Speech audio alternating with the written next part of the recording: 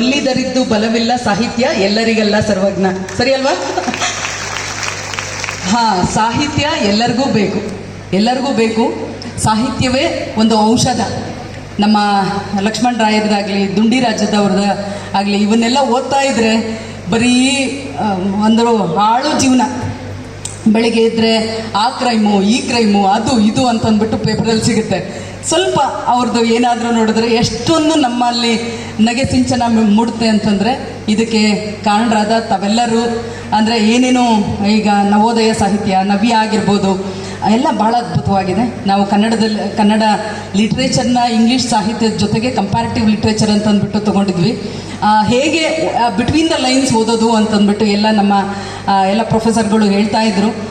ಬಹುಶಃ ಇಂಗ್ಲೀಷ್ ಸಾಹಿತ್ಯವನ್ನು ತೆಗೆದುಕೊಂಡಿದ್ರಿಂದನೇ ನಮಗೆ ಈ ಒಂದು ಕಾಂಪಿಟೇಟಿವ್ ಎಕ್ಸಾಮ್ಸ್ಗೆಲ್ಲ ಕ್ಲಿಯರ್ ಮಾಡಲಿಕ್ಕೆ ಬೇರೆ ಬೇರೆ ಮೆಟೀರಿಯಲ್ ಏನು ಸಿಗುತ್ತೆ ಬೇರೆ ಬೇರೆ ಭಾಷೆಯಲ್ಲಿ, ಅಂದರೆ ಇಂಗ್ಲೀಷ್ ಭಾಷೆಯಲ್ಲಿ ಮುಖ್ಯವಾಗಿ, ಅದು ಸಾಧ್ಯವಾಯಿತು ಅಂತಂದ್ಬಿಟ್ಟು ನಾನು ಭಾವಿಸ್ತೇನೆ. ಯಾಕೆಂದರೆ ಸಾಕಷ್ಟು ಓದೋದು ಇರುತ್ತೆ. ಸೊ ಅದನ್ನು ಈಗ ನಾವು ಕನ್ನಡದಲ್ಲಿ ನಾವು ಇದನ್ನು ಈ ಆಫೀಸ್ ಬಳಸ್ತಾ ಇದ್ದೀವಿ.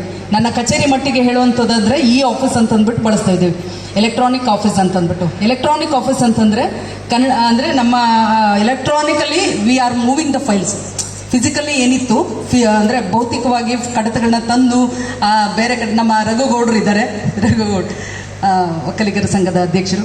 ಸೊ ಫಿಸಿಕಲಿ ಏನು ಮೂವ್ ಮಾಡ್ತಾ ಇದ್ವಿ, ಅಂದರೆ ಭೌತಿಕವಾಗಿ ಮೂವ್ ಮಾಡೋದ್ರ ಜೊತೆಗೆ ಮೂವ್ ಮಾಡ್ತಾ ಇದ್ವಿ. ಇವಾಗ ಏನಾಗಿದೆ, ಕಡತಗಳು ಕಳೆದು ಹೋಗಿದೆ, ಕಡತಗಳು ನಾಶವಾಗಿದೆ, ನಶಿಸಿ ಹೋಗಿದೆ.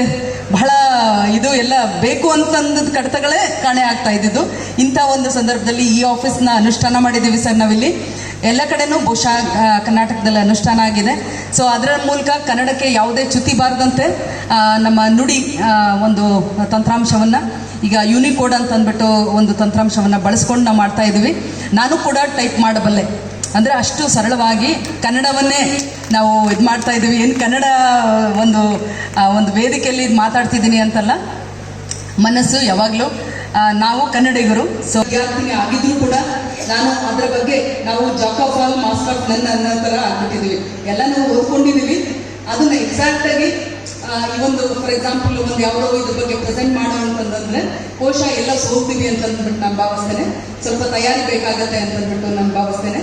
ಸೊ ಈ ಒಂದು ಇದರಲ್ಲಿ ನಮ್ಮ ಹಾಸನದಲ್ಲಿ ಮುಖ್ಯವಾಗಿ ನಮ್ಮ ಮಲ್ಲೇಶ್ ಗೌಡರು ಭಾಳಷ್ಟು ಅದ್ರ ಬಗ್ಗೆ ಆಸಕ್ತಿ ತಗೊಂಡಿದ್ದಾರೆ. ನಮ್ಮ ಕನ್ನಡ ರಥ ಬಂತು ಮಂಡ್ಯದಲ್ಲಿ ಕನ್ನಡ ಸಾಹಿತ್ಯ ಸಮ್ಮೇಳನ ಆದಾಗ ಭಾಳಷ್ಟು ನಾವೆಲ್ಲರೂ ಒಗ್ಗಟ್ಟಾಗಿ ಇದು ಮಾಡಿದ್ವಿ, ಅಂದರೆ ಸ್ವಾಗತ ಮಾಡಿದ್ವಿ.